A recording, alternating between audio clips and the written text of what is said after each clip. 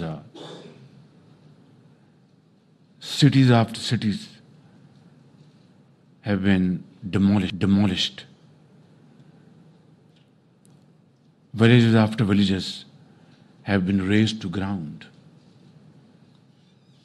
And yet, the international community has yet to act.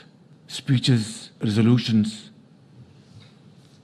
and commitments are still to see the light of the day. Whether these are Security Council resolutions or other international forums, including ICJ at Hague, nothing has helped in bringing ceasefire in Gaza. And the world has not seen this kind of carnage in contemporary history. I want to share my sincere feeling with you, my dear students, our brothers, our sisters, that Pakistan is your second home. Our hearts are there for you. Our houses are there for you. Our institutions are there for you. Our teachers are there for you. Everything we can do will not be enough to make you comfortable in Pakistan.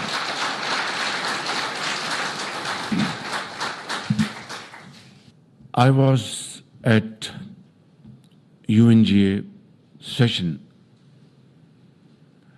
and we heard speeches after speeches speaking about Palestine,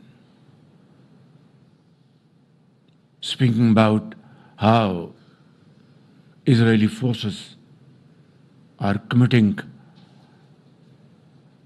genocide in that part of the world. And there were presidents, there were prime ministers, there were heads of states, kings. But after that session, blood still flows in the streets of Gaza. Schools are being bombarded. Hospitals are being smashed.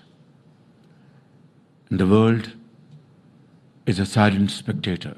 I have, in one of my speeches, drawn a stark comparison, a parallel. We know how peace was achieved in Northern Ireland. We know how East Timor was carved out as a separate, independent unit. And we know how Sudan was divided.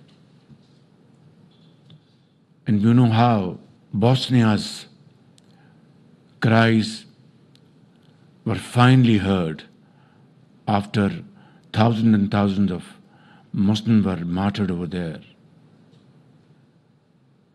And collective graves were seen by the world. Only then international community came to action.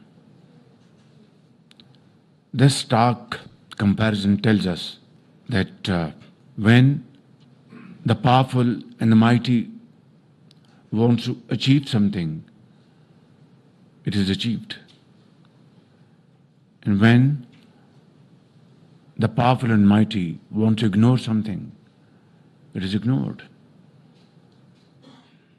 Yet,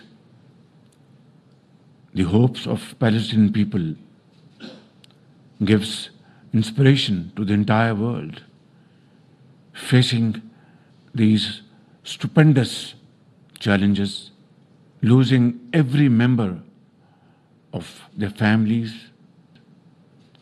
The other day, the world saw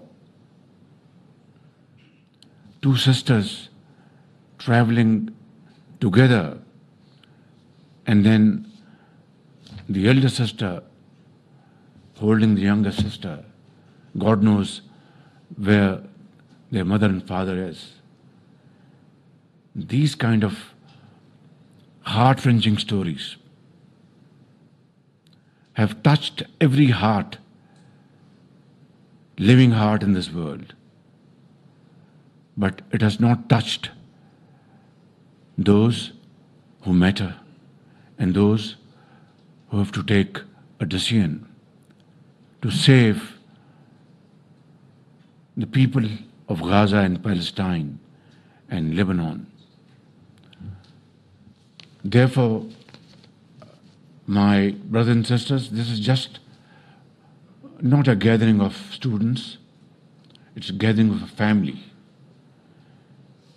And I want to assure you that Pakistan is your second home. This first batch of 151 students, financed and promoted by great philanthropist from UK known as the Gaza Health Outreach Program for Education, and Dr. Yusufuddin, Dr. Irfan Malik. They have already earned places in Jannah, inshallah.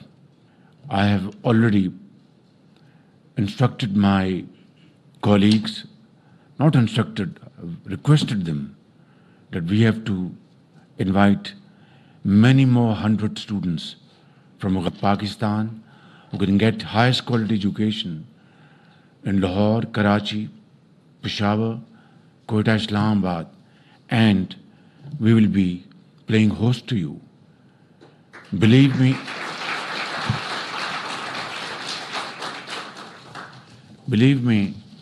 it's not a favor. It's a responsibility which I have discharged long ago, but it's never too late.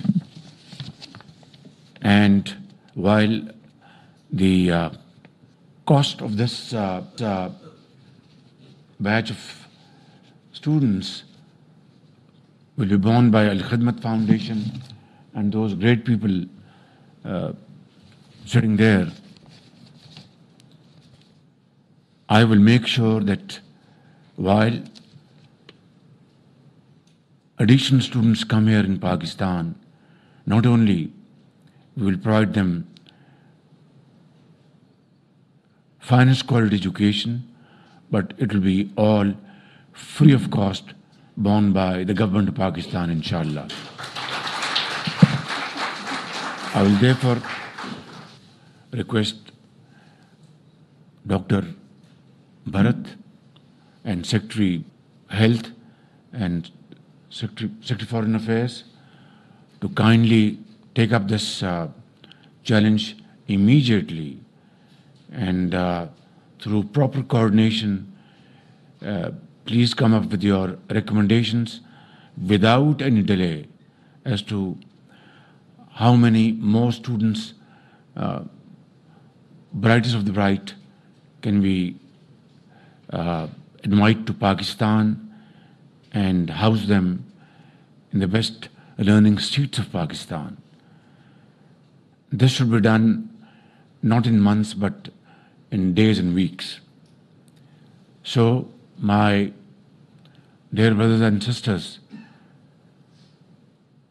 while you have left Gaza, your birthplace, and your dear ones behind you, and I wouldn't want to ask you, rather don't have the courage to ask you, that how many of you have lost your dear and near ones over there. But let me assure you that our heart pumps with your heart. We are one family, and you will, inshallah, not feel. Of course, you will miss your parents, you will miss your relatives, but you have your brothers and sisters here who will look after you like a family. Antum ikhwan, hada baytukum. Pakistan baytukum, inshallah. قلبي مفتوح لكم يعني أي وقت إن شاء الله، ونحن موجودين مشتاقين. هذا فرض علينا يعني. أنتم ليس ضيوف، أنتم إخوان والله العظيم. فباكستان بيتكم وبيتي.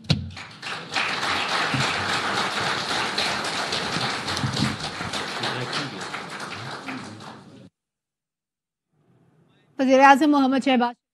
وزیر اعظم کی فلسطینی طلباء طالبات سے ملاقات، اور اس موقع پر گفتگو کرتے ہوئے وزیر اعظم شہباز شریف نے کہا کہ کھلے دل کے ساتھ فلسطینی طلباء کو پاکستان میں خوش آمدید کہتے ہیں.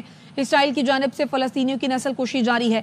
اسرائیلی جارحیت میں اب تک 43,000 فلسطینی شہید ہو چکے ہیں. فلسطین میں اسرائیلی بربریت پر دنیا خاموش تماشائی بنی ہوئی ہے. عالمی برادری نے جنگ بندی کے لیے مؤثر کردار ادا نہیں کیا. واپس آئیں گے اس بریک کے بعد.